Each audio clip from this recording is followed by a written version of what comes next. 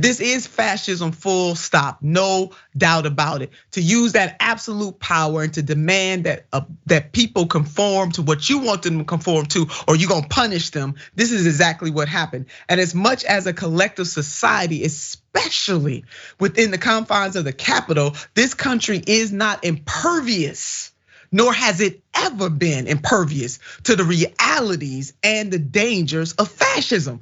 Now, I know we don't like to admit it, America, but this is in fact the truth, baby. It's the truth, it's the whole truth, and it's nothing but the truth. Let's put up this graphic, family.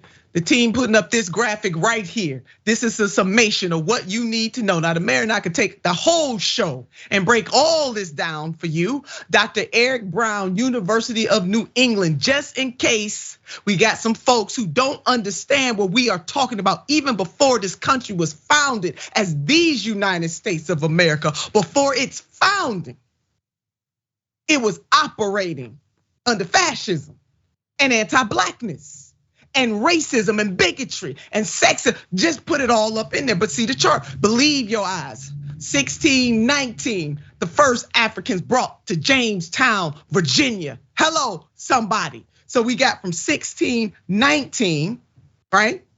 All the way to 1865 when we got the 13th Amendment to the Constitution. Almost 250 years, Mayor. 250 flipping years. And then when the troops pulled out of the South in 1877 because of a deal they struck for a presidential race, hello somebody, the United States troops pulled out of the South and left black people vulnerable to the same people who enslaved them. Hello somebody on that. Not only did we not get our 40 acres and a mule, it was slavery under another name. Black code, Jim Crow, segregation.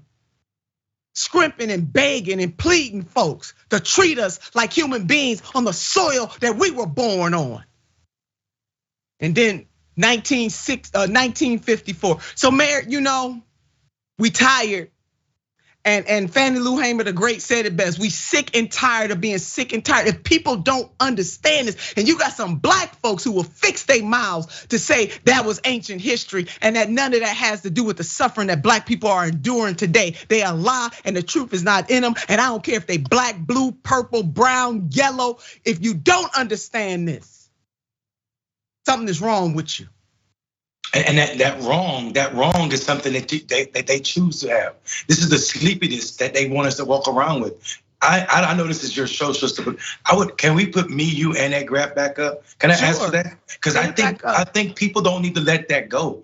It's slavery. It was in existence in this country as long or more years than we've been since slavery. More years since slavery ended. This idea that the people don't get confused by this red, green, and black. That ain't the freedom flag that Garvey created.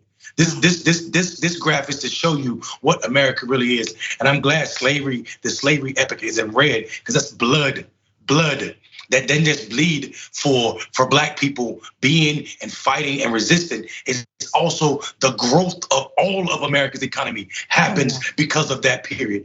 That free labor that they had is the reason America is so wealthy right now. And the continuation of it, here's the sickness that exists in our DNA that shows up every day.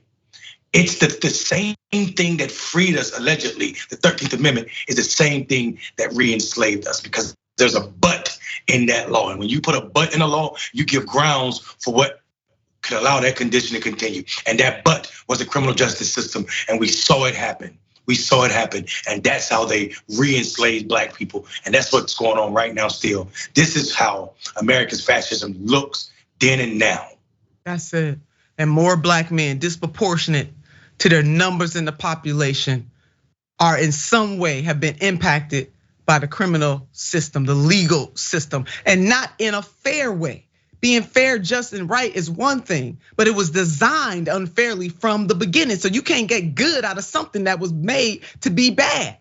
And it is operating exactly. And man, let me add this, the list is long, from slavery to segregation to the Japanese internment camps during World War II, to locking up protesters refusing to support and fight in the Vietnam War. Shout out to the GOAT himself, Muhammad Ali, who laid it out and said, ain't none of them people over there ever called me a. You want me to go over there and fight my brown brothers for this? Or our soldiers doing both of the wars, but they would come back here with that uniform on and be lynched in the United States of America. Even fighting wars wasn't good enough for some of these folks. So you want to know why we are in a rage all the time? These are just a few examples of why we are in a rage all the time. Then refuse it. And then the prison industrial complex, Mayor, that you and I sharing the same notes here, complex that is growing out of control. What they did to the Black Panthers, the counterintelligence program that was run by the FBI under J. Edgar Hoover, whose name should be removed from that building. This is the kind of we talking about. This is the kind of moment that we are in right now. We tired of it.